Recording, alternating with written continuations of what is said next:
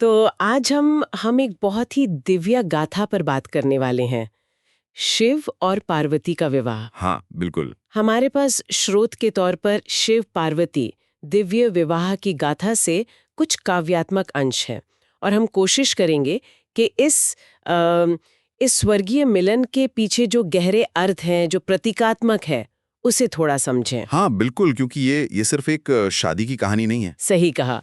ये महज एक विवाह नहीं है, ये तो जैसे स्थिरता और शक्ति का मिलन है। हाँ, वैराग्य और संसार का भी। हाँ, अग्नि और शांति, शिव और शक्ति का एक होना। चलिए तो फिर इस अद्भुत संगम को थोड़ा और करीब से जानते हैं। बिल्कुल। और देखिए, यहाँ ये जानना भी जरूरी है कि पार्वती का शिव से ये पहला मिलन तो था नहीं। अच्छा, हाँ, मतलब वो पिछले जन्म में सती थीं। और दक्ष की पुत्री। हाँ, जिन्होंने अपने पति शिव उनके अपमान पर खुद को अग्नि में समर्पित कर दिया था। बिल्कुल। तो उसी अधूरे प्रेम को, उसी संकल्प को पूरा करने के लिए वो फिर से अब हिमालय पुत्री पार्वती के रूप में लौटी थीं। तो ये एक तरह से निरंतरता है उसी प्रेम की, उसी संकल्प की। हाँ, अटूट प्रेम की। और शायद यही बात पार्वती के अगले कदम को और भी मतलब असाधारण बना देती है ना? हाँ, बिल्कुल।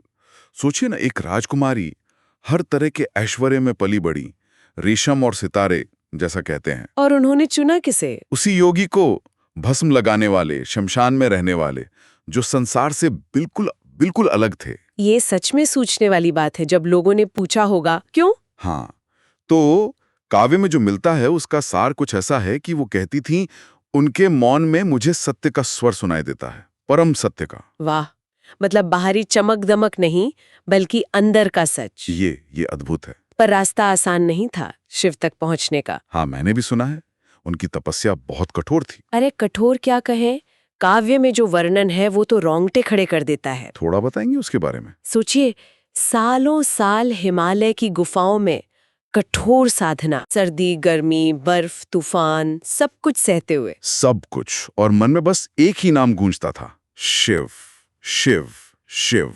बिना अन्न जल के। हाँ, कई बार तो अन्न जल भी त्याग दिया, केवल आस्था का बल था। इतनी दृढ़ आस्था कि देवता तक हैरान थे। कहते हैं तप की अग्नि से पहाड़ पिघलने लगे थे। गजब की दृढ़ता। ऐसी आस्था का परिणाम तो फिर वो दिन आया होगा, विवाह का दिन।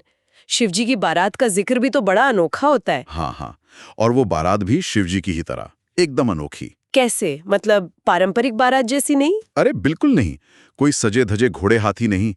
शिवजी आए नंदी पर सवार होकर। अच्छा। तन पर भस्म मले हुए, गले में सांपों के माला, जटाओं में गंगा और चांद। और बाराती कौन थे? भूत प्रेत गण, उनके सारे गण। साथ में ऋषि मुनि भी थे, देवता भी थे। मतलब एक ऐसा जुलूस जिसमें सृष्टि का हर रंग, हर रूप शामिल था। ये तो कल्पना करना भी मुश्किल है। और पार्वती की महानता देखिए, उन्होंने शिव के इस अक्खड़, इस अलौकिक रूप में भी उनके असली तत्व को पहचाना, जो रूप रंग से परे है। उनके निराकार तत्व को। बिल्कुल। फिर विवाह की रस्में वो कैसे हुई इस अनोखे माहौल में? हिमालय के आंगन में पवित्र अग्नि जलाई गई, देवताओं ने आसमान से फूल बरसाए, ऋषियों ने मंत्र पढ़े, और जब शिव ने पार्वती का हाथ थामा, काव्य कहता है वो सिर्फ दो हाथों का मिलना नहीं था। तो फिर क्या था वो? वो ऐसा था जैसे एक आत्मा अपने ही अक्स से मिल रही हो। शिव अपनी शक्ति से मिल रहे थे, एक हो रहे थे। शिव और शक्ति का मिलन। हाँ, वो 7 फेरे, वो जैसे पूरे ब्रह्मांड का उत्सव बन गए। ये सुनकर ही लगता है कि ये कोई साधारण विवाह नहीं था, ये व्यक्तिगत से कहीं ज्यादा ब्रह्मांडीय था। इसका गहरा मतलब क्या है? बिल्कुल, यही इसका सार है। ये विवाह असल में क्या है? ये ब्रह्मांडीय संतुलन को फिर से स्थापित करना है। संतुलन कैसे? देखिए, शिव प्रतीक हैं वैराग्य के, स्थिरता के, और कहीं-कहीं नकारात्मकता के नाश के, विध्वंस के।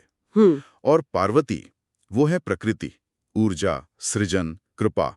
तो ये शिव और शक्ति का मिलन है। यानी स्थिरता और ऊर्जा का मिलन। बिल्कुल।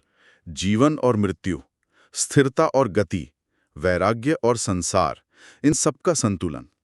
ये मिलन सिर्फ इच्छा का नतीजा नहीं था। तो फिर? ये भक्ति, ये संतुलन और नियति, उसकी एक बड़ी योजना का हिस्सा था, जैसा उस काव्य गाथा में हमें पता चलता है। तो ये दिव्य विवाह हमें संतुलन और जो विपरीत शक्तियां लगती हैं उनके सामंजस्य का एक गहरा पाठ सिखाता है। हाँ, स्थिरता और ऊर्जा का संगम, यही तो सृष्टि का आधार है एक तरह से। बिल्कुल। और यही यही बात हमें सोचने पर मजबूर करती है ना, किस बारे में? कि इस कहानी से परे अगर देखें तो ये विचार कि जो चीजें विपरीत लगती हैं, जैसे स्थिरता और चंचलता या तर्क और भावना, जब वो मिलती हैं तो संतुलन लाती हैं, पूर्णता लाती हैं। हाँ। तो क्या ये विचार हमें अपने जीवन को या अपने आसपास की दुनिया को समझने में कोई कोई नई दृष्टि दे सकता है?